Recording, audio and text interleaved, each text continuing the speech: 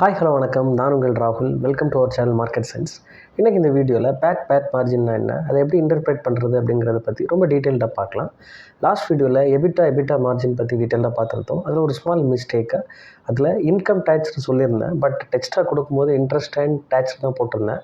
So small correction. நான் பேசுகிறப்போ income tax சொல்கிறேன். அது இன்கம் டேக்ஸ் கிடையாது, interest and tax. EBITDA margin எப்படி கால்குலேட் பண்ணுறது, அதை எப்படி இன்டர்பிரேட் பண்ணுறது ரொம்ப டீட்டெயில்டாக அந்த வீடியோ போட்டிருக்கேன். அந்த வீடியோ மறக்காமல் பாருங்கள். ஐ பட்டன் லிங்க் கொடுக்குறேன். வாங்க இந்த வீடியோக்குள்ளாடி போகலாம்.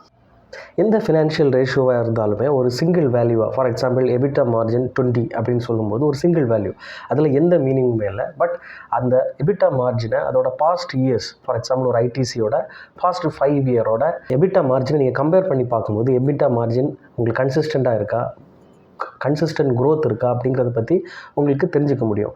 ஸோ அதாவது ஒரு ரேஷியோவை ஒரு கம்பெனியோட பாஸ்ட் 5 இயர்ஸ் 10 இயர்ஸ் அதோட ரேஷியோஸ் கூட நம்ம கம்பேர் பண்ணும்போது அந்த ரேஷியோ க்ரோத்தாக இருக்கா, இல்லை கன்சிஸ்டண்ட்டாக இருக்கா, ஸ்டாக்னண்ட்டாக இருக்கான்னு சொல்லிட்டு நம்ம கிளியராக பார்க்க முடியும். ப்ளஸ் ஒரு ரேஷியோவோட இண்டஸ்ட்ரியல் ஸ்டாண்டர்ட், ஒவ்வொரு இண்டஸ்ட்ரியும் ஸ்டீல், சுகர், எஃப்எம்சிஜி, பேங்கிங், இப்படி டிஃப்ரெண்ட் இண்டஸ்ட்ரீஸ் இருக்குது. ஒவ்வொரு இண்டஸ்ட்ரிக்குமே ஒவ்வொரு ரேஷியோஸ்லையும் ஒரு ஸ்டாண்டர்டான ஒரு இண்டஸ்ட்ரி ரேஷியோஸ் இருக்கும். ஸோ அது கூட கம்பேர் பண்ணும்போது அந்த இண்டஸ்ட்ரி ஸ்டாண்டர்டை விட கம்மியாக இருக்கா அதிகமாக இருக்கிறதா நம்ம கம்பேர் பண்ண முடியும்.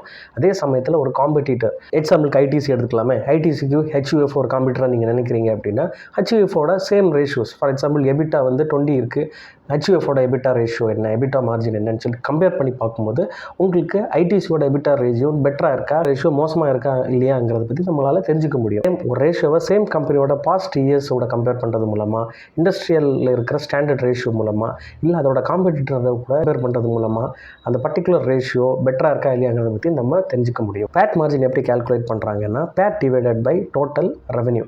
இதில் பேட் அப்படிங்கிறது profit after tax. EBITDA calculate பண்ணியிருந்தோம், அதில் ஆப்ரேட்டிங் லெவலில் நம்ம கால்குலேட் பண்ணோம். எபிட்டா ஆப்ரேட்டிங் லெவலில் கால்குலேட் பண்ணும்போது அதில் டேக்ஸ், டிடக்ஷன், டிப்ரிஷியேஷன், இன்ட்ரெஸ்ட் எல்லாத்தையுமே டிடெக்ட் பண்ணிட்டு தான் நம்ம அந்த வேல்யூ கால்குலேட் பண்ணோம். ஸோ இங்கே அப்படி கிடையாது. ப்ராஃபிட் ஆஃப்டர் டேக்ஸ் அப்படிங்கிறப்போ மொத்த டேக்ஸஸ், டிப்ரிஷியேஷன், அமோர்டைசேஷன் எல்லாமே கழிச்ச அப்புறமா, சப்ட்ராக்ட் பண்ண அப்புறமா ரியலாக என்ன ப்ராஃபிட்டோ அதுதான் ப்ராஃபிட் ஆஃப்டர் டேக்ஸ். இந்த வேல்யூ டேரெக்டாக உங்களுக்கு P&L ஸ்டேட்மெண்ட்டில் கிடைக்கும். அதே மாதிரி டோட்டல் ரெவன்யூ, அதுக்குமே டேரெக்டாக உங்களுக்கு P&L ஸ்டேட்மெண்ட்டில் அந்த வேல்யூ கிடச்சிரும். ஸோ அது ரெண்டையுமே டிவைட் பண்ணுறதுனால நமக்கு கிடைக்க போகிறது தான் பேட் மார்ஜின். நான் லாஸ்ட் வீடியோ சொன்ன மாதிரியே நமக்கு மேனுவலாக கால்குலேட் பண்ணுறதை விட வெப்சைட்டில் நமக்கு டேரெக்டாக வேல்யூ கிடச்சிரும். ஸோ நான் வெப்சைட்ஸ்லேருந்து டேட்டாஸ் எடுத்து எக்ஸல் ஷீட்டில் போட்டிருக்கேன். எபிட்டா மார்ஜின், பேட் மார்ஜின் பற்றி அதோட பாஸ்ட் 5 இயர்ஸ் ஐடிசி ஸ்டாக்ஸோட பாஸ்ட் 5 இயர்ஸோட கம்பேர் பண்ண போகிறோம். அது கூடவே CAGRையும் நம்ம பார்க்கலாம்.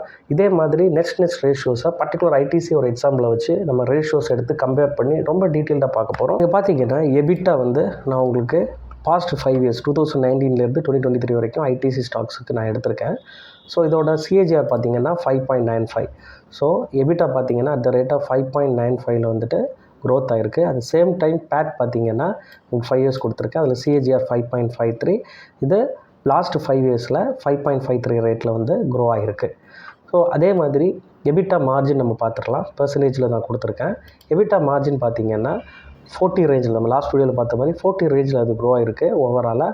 அதே மாதிரி பேட் மார்ஜினுமே அரௌண்ட் 25 to 30 அந்த ரேஞ்சில் கண்டினியூஸாக அது ட்ராவல் ஆகிட்டுருக்கு. ஸோ கன்சிஸ்டன்ஸாக உங்களுக்கு பார்த்தீங்கன்னா அதில் ஒரு கன்சிஸ்டன்சி தெரியுது. பெரிய ட்ராப்பு ரொம்ப ஹை இல்லாமல் ஒரு கன்சிஸ்டன்ஸாக இந்த பர்டிகுலர் எபிட்டா அப்புறமா பேட் நமக்கு கிடைக்கிது, மார்ஜின் கிடைக்கிது.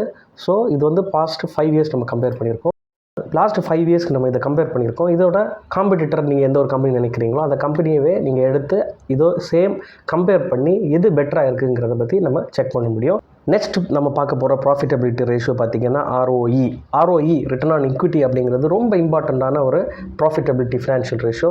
நெக்ஸ்ட் வீடியோவில் அதை பற்றி ரொம்ப டீட்டெயில்டாக பார்க்கலாம்.